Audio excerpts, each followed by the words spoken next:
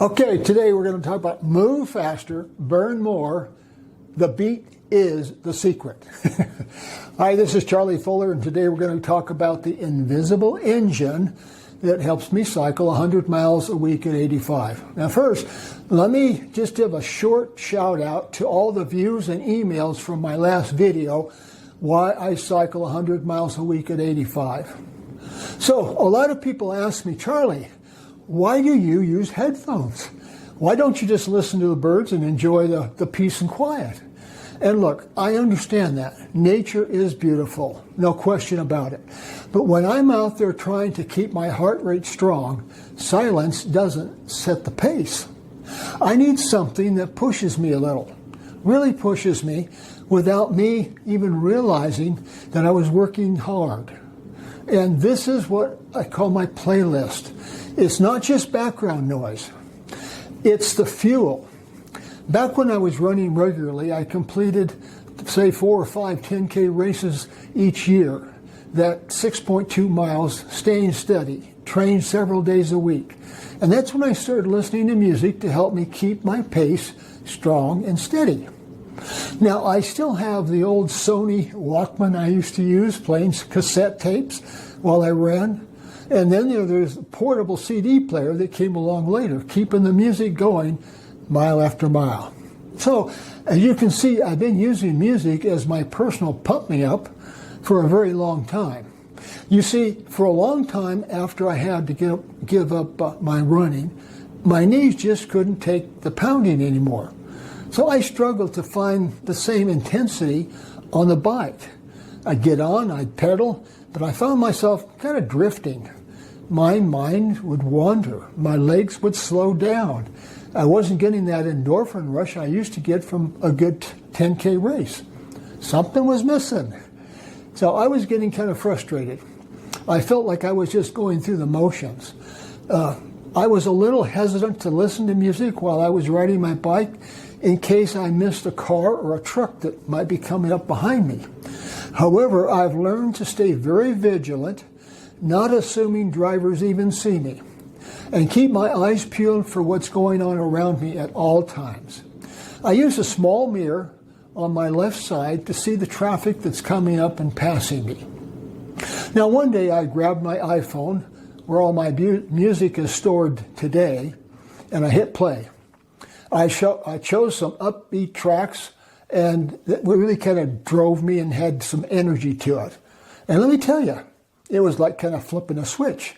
Suddenly, my legs synced with the beat. My average speed climbed, my heart rate rose, and that's what was missing. And here's the crazy part. It didn't feel any harder. It felt easier. Also, stay tuned to the end, and I'll share with you where I get my music today. Now, I want to share one thing I've learned about the tempo. The speed of the music actually changes the way we move. Now, it's not just in your head. It's basically physiology.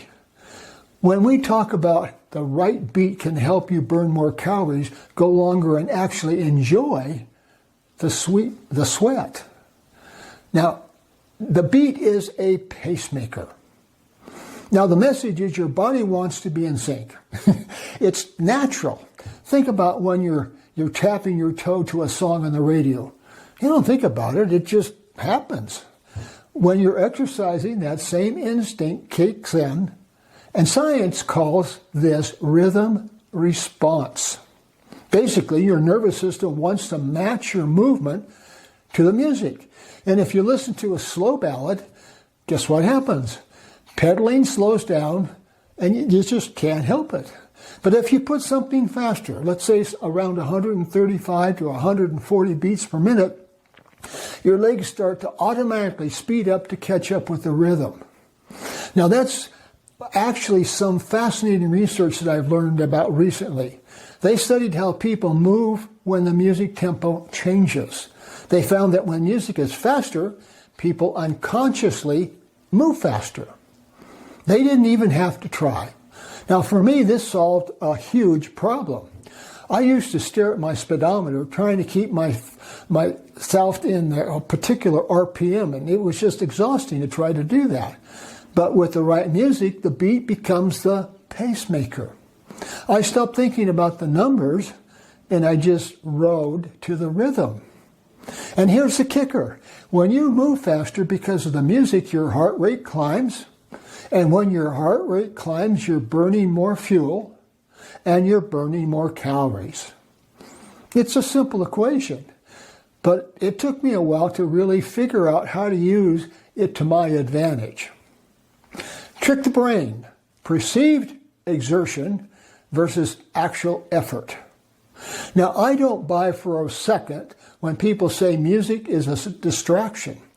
It's more than that. It's a painkiller. Okay, maybe not literally a painkiller, but it does something to the brain that is incredibly powerful for us older folks, or anyone, really. It lowers what they call perceived exertion. Now, here's what that means. Let's say I'm climbing a hill. My legs are burning, my lungs are working. Without music, that burn signals go straight to your brain. It screams, "Hey, Charlie, this is hard. Slow down." But when I've got a strong beat playing, something with high energy, maybe somewhere around 150 or higher beats per minute, if I'm really pushing it, that music occupies my brain. It competes with the pain signals. Now, it took me a while to find the sweet spot for my BPM, and it might take you some time to find your groove as well. Now, I have favorite albums and others that are just kind of okay. Now, there was a study, I think it was from the Frontiers in Psychology, that found high-tempo music actually lowered perceived exertion about 11%. That's huge, okay? That means I can be working 11% harder. Yet it feels as if I'm just kind of taking it easy. This is my secret weapon. At 85, I have aches and I have pains. That old saying that if you don't use it, you're going to lose it is brutally true. But using it can be uncomfortable. The music acts as a buffer. It lets me push us into that zone where the real fitness happens. That's cardiovascular conditioning without feeling like I'm suffering. It turns a workout from a chore into a jam session. And let me just tell you, when you're enjoying it, you're not looking at the clock every 30 seconds wondering when it's going to be over. Adding life to your years or duration. So a lot of people ask me, how do you stay out there for so long? Well, the discovery isn't about speed. It's about duration, endurance. And this is something that you build up over time, okay? There's plenty of data out there that's suggesting that fast-tempo music can extend the length of your workout significantly.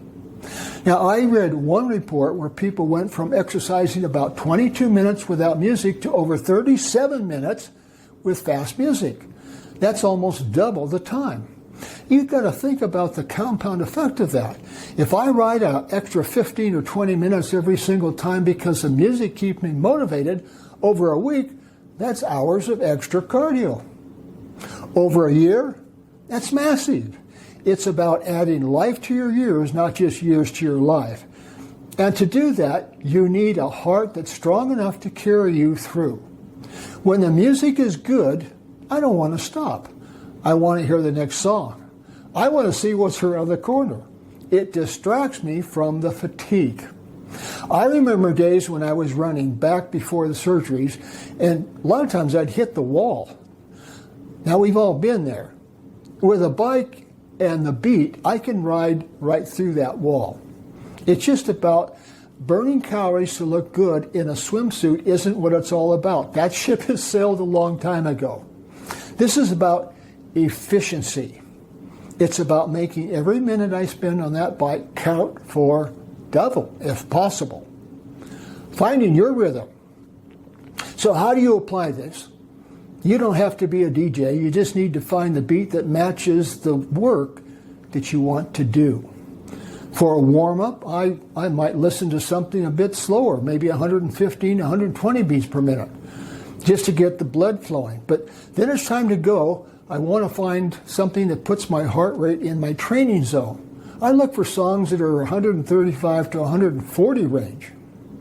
Okay, now for me, it's usually classic rock, a little fast-paced jazz maybe, whatever gets your foot tapping. If you're walking, look for something with a marching beat. If you're cycling or running, you're going to want something faster. You can actually search for a playlist by beats per minute online at this point. It's incredibly easy. Now, I've gotten most of my albums on iTunes, and some of them I've had literally for over 10 years. I also listen to a radio station on my iPhone called Pandora. It has playlists like 50s rock and roll or 80s pop. But here's the most important thing. It has to be music that you like. If you hate techno, don't force yourself to listen because the tempo's right. It's going to just annoy you. Find the music that speaks to you, that makes you feel young, that brings back really good memories. That emotional connection gives you an extra boost that science can't even begin to measure. Conclusion. Now, don't let age or aches keep you on the couch. Find a way to move that works for you. Plug in those headphones. Let the rhythm take over. You might be surprised how much more you can actually do and how much you got left in the tank. On the other hand, listen to your body. How do you feel after you exercise? Or how do you feel the next morning? Pay attention to what's going on. Now, we all have various limitations, and just because you think you can doesn't mean you necessarily can or should. Build your routine slowly and pay attention to how your body is reacting. Ignoring pain may seem macho, but may do more harm than good. Now, I remember a line I picked up some time ago, and it goes like this. Hey, doctor, my shoulder hurts when I play racquetball. What do you suggest? Doctor says, quit playing racquetball. Now, if this story meant something to you or made you want to move, I'd love to hear about it. Share your stories in the comments below. And if you want to hear more, think about subscribing. Thanks for listening, and get out there and find your beat. Thanks. This is Charlie.